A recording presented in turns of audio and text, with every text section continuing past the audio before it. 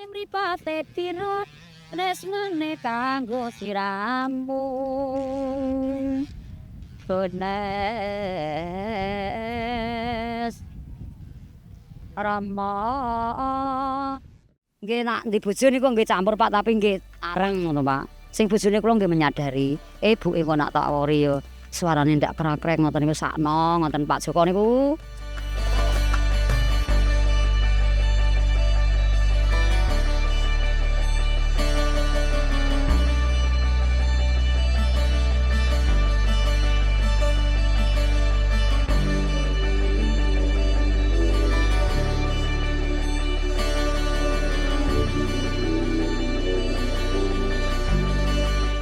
Namanya Lasmi. Usianya kini menginjak 64 tahun. Tapi spirit melestarikan budaya tak pernah pudar seperti pesona kecantikan raganya yang redup termakan usia. Sejarah mencatatnya sebagai maestro seni tradisional tayub grobokan. Bahkan seni tradisional khas Grobogan Jawa Tengah itu tidak lepas dari peran dan andil besar Mbah Lasmi yang sampai saat ini masih kerap tampil di pentas seni tayub.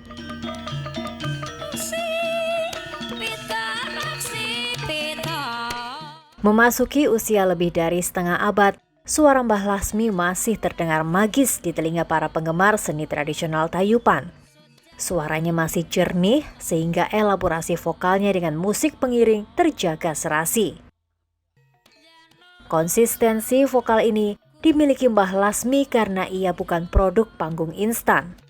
Mbah Lasmi sudah menggeluti seni tradisional sejak usianya masih 15 tahun. 15 tahun nih pun, tapi sinden wayang. Sinden wayang terus ditayub.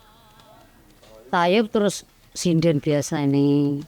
Suarane panci apik, dasare bocahe nggih rada ayu. Terus nggih napa meniku nggih resian. Carane nalika cilikane dadi anu teng sekolah niku nggih resian. Ya terus niku kula latih teng Kawitan. Terus kula dadekke sinden. Kula kan anu sinden waranggono ngoten. Ning wong gandeng piyambakipun deret tiyang sepuh ingkang boten gadah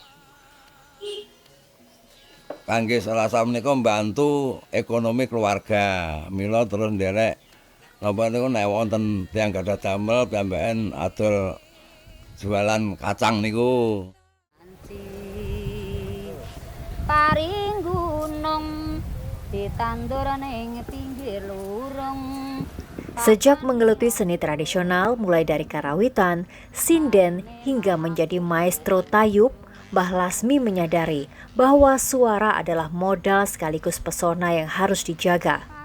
Dalam hal menjaga kualitas vokalnya, Mbah Lasmi memiliki kepercayaan atau barangkali mitos sendiri, yakni menolak berhubungan intim dengan sang suami. Menurut Mbah Lasmi, persetubuhan dapat merusak kualitas suaranya.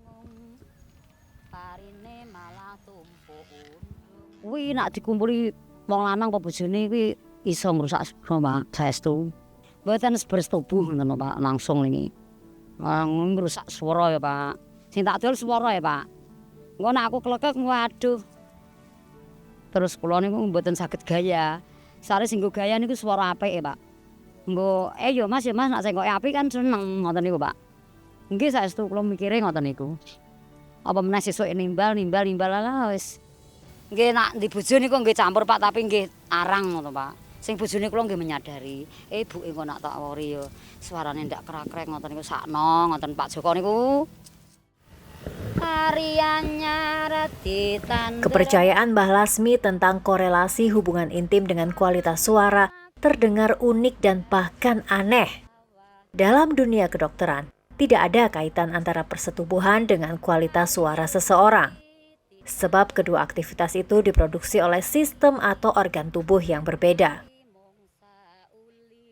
Tapi begitulah, Mbah Lasmi memegang teguh hal itu antara mitos dan kredo pribadi.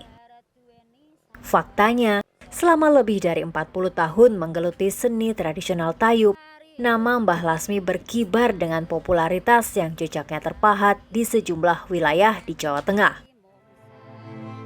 Tapi penggemar Mbak Lasmi gitu. Nah, sinden tayub kula terkenal sedaya. Sampai tuwek niki. Alah.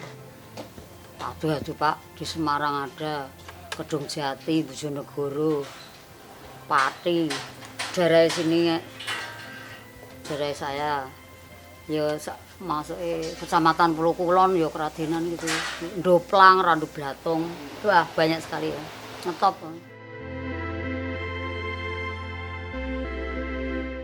Perjalanan hidup Lasmi di dunia panggung dialami penuh liku-liku. Entah berkaitan dengan mitos pribadinya tentang hubungan intim suami istri, bahtera rumah tangga Mbah Lasmi dengan 3 orang laki-laki kandas. Sebagai penampil, Mbah Lasmi pun pernah mengubah penampilannya agar lebih cantik. Dirinya nekat melakukan suntik silikon pada bagian hidung. Tapi bukannya tambah cantik, Mbah Lasmi malah menjadi buruk rupa. Namun apalah daya, Lasmi hanya pasrah dengan penampilannya sekarang. Pada masa kejayaannya tahun 1982, Lasmi masuk dapur rekaman atas jasa dari seniman bernama Pak Ismi. Sampai pada awal tahun 2001, sudah lebih 50 album kaset baik single album maupun kompilasi. Mbak Lasmi kok ngantos Titi Wanci ngantos dumugi akhir tahun 2000 piyambakipun niku rekamanipun diperkirakan nek 50 kaset sampun wonten. Dados pendapatan piyambakipun dadosaken kesejahteraanipun piyambakipun langkung sejahtera katimbang saderengipun piyambake dereng nate nderek rekaman. Kapara malah saking para pecinta gending nama menika gending Langen Beksa Tayub menika langkung remen menawi Mbak Lasmi menika rekamanipun sansaya dangu dadosaken piyambakipun kondang wonten ing khususipun wonten ing Jawa Tengah ngantos ngancik wonten ing Jawa Timur ingkang ngersakaken masalah Langen Beksa Tayub. Kapara kanthi kesejahteraanipun pikantukipun piyambakipun saged nderek rekaman menika saking para seniman seniwati saged ngangkat naminipun Kabupaten Grobogan khususipun inggih menika masalah gending-gending tayub ingkang dumawah wonten ing Kabupaten Grobogan. Ngantos Titi Wanci menika Mbak Lasmi tasih namung sakmenika piyambakipun napa menika netrasaken gending-gending sinden ingkang rumiyin sampun dipun lampahi. Pancen leres Mbak Lasmi menika saderengipun dados Langen Beksa Tayub, Waranggana Langen Beksa Tayub, piyambakipun menika seniman masalah sinden wonten ing Waranggana, wonten ing Klenengan semasaben dipun tanggap.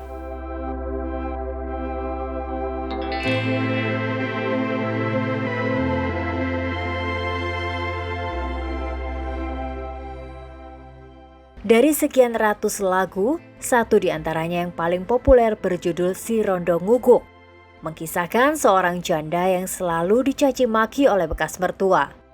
Lagu yang diciptakan sendiri oleh Mbah Lasmi itu masih menjadi perhatian masyarakat dan dinyanyikan oleh para pesinden di setiap pentas mengiringi tarian tayub. Kini di usia senjanya, orderan manggung masih menghampiri.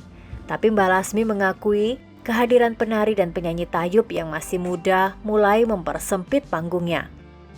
Namun Mbah Lasmi bangga, setidaknya kesenian tayub yang selama ini ia kibarkan panjinya tak lekang di gembur zaman. Lah tayub kan sakmenika kan sampun di generasi muda kan kathah, Pak. Lah kula menyadari pun tiyang sepuh, lah nek payu kula lampahi, nek luaran kula lampahi, lah nek sinden monggo kula, Pak. Nyatane niku tiyang panjer kathah. Kan alhamdulillah, Pak nggih. Nak sing neruske nggih lare nom-nom niku, Pak. Ngoten. Sing umur 20, 20 ngoten kan kuwathah sakniki. Ngoten. Sing penting kula iki laris, langgeng, laras, awak waras, segar bugar nyambut gawe.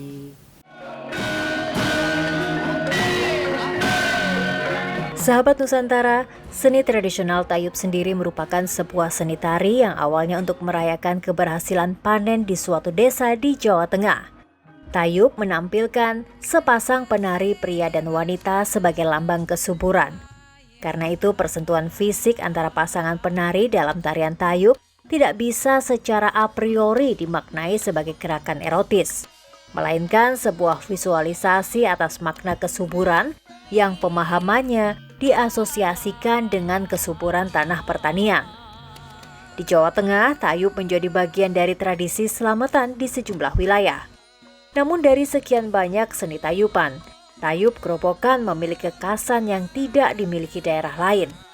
Perbedaannya antara tayub Grobogan dengan tayub daerah luar Kabupaten Grobogan yang dekat-dekat saja, ada Tayub Pati, ada Bluro, ada yang dekat Bojonegoro, Tuban, itu beda dengan tayub Grobogan. Perbedaannya satu, kedinamisan musik karawitan itu sendiri sebagai pengiring seni tayub itu berbeda, lebih segera.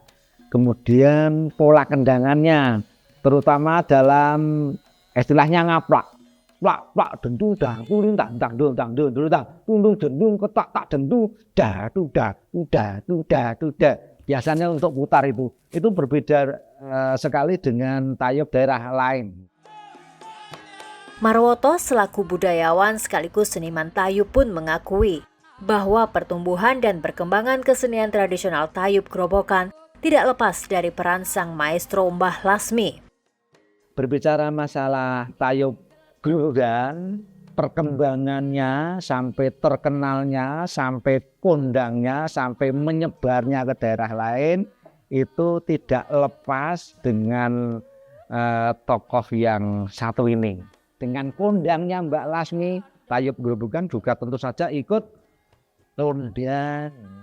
Saya perlu bangga, saya sampaikan kebanggaan saya ketika saya berada di daerah Klaten, Wonogiri, Sukoharjo, Solo, itu sering dengar itu kerawitan-kerawitan yang ikut-ikut menggarap kerawitan tayub, baik dalam pentas wayang kulit.